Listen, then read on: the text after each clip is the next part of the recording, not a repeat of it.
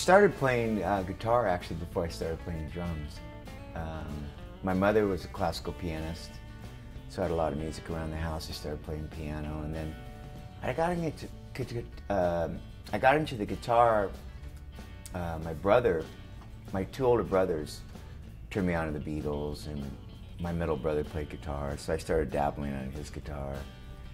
And God, you know, around that same time, I saw the Beatles, you know, on TV, and gravitated more towards the drums, and felt that I was a little bit more, I don't know, natural at that. But I've always had a guitar around the house. I've always played songs, and you know, hung around the bedroom strumming away, and you know, that kind of thing. And I wrote a lot of the songs actually on the first Revolver album. A lot of people, if you read the credits, which they don't do much anymore, it's not like you get the record and read the credits, but I wrote a good portion of the riffs on that album.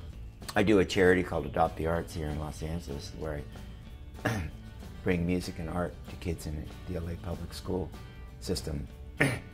And I did an art project where kids learn about, you know, elephants and rhinos and what's happening to them in Africa.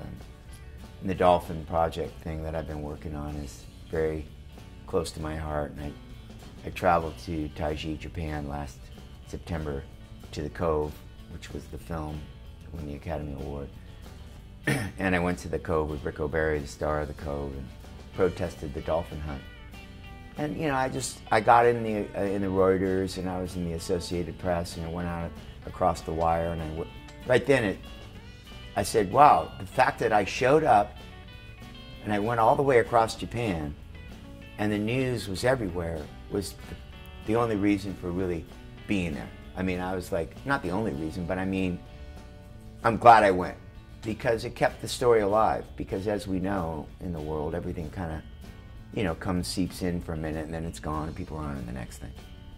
So I started to learn from my experience with that just showing up and doing a little bit in a positive way is really cool, you know, and it can give people awareness or whatever. I think it's got to organically happen. Something's got to just pop, you know. I think that's the kind of band we've always been.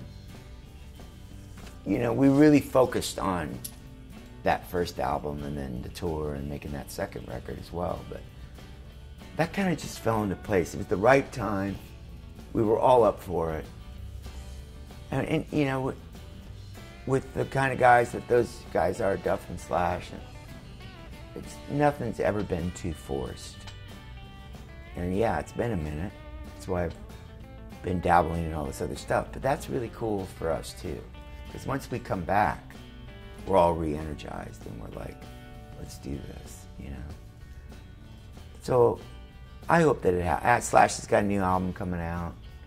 You know, I got a new project called Kings of Chaos, which is my rock project, which I go out and basically celebrate rock and roll and the people that I love. It's going to be a rotating band, and that's fun. Because it's really cool. It's like, I don't ever want to treat music as a job. You know, I've been very blessed. I've had great jobs, you know, but I love being able to play with other musicians. It's so inspiring. And then when I come back into like what I call my day job, which is Velvet Revolver, I'll bring a lot more to the table.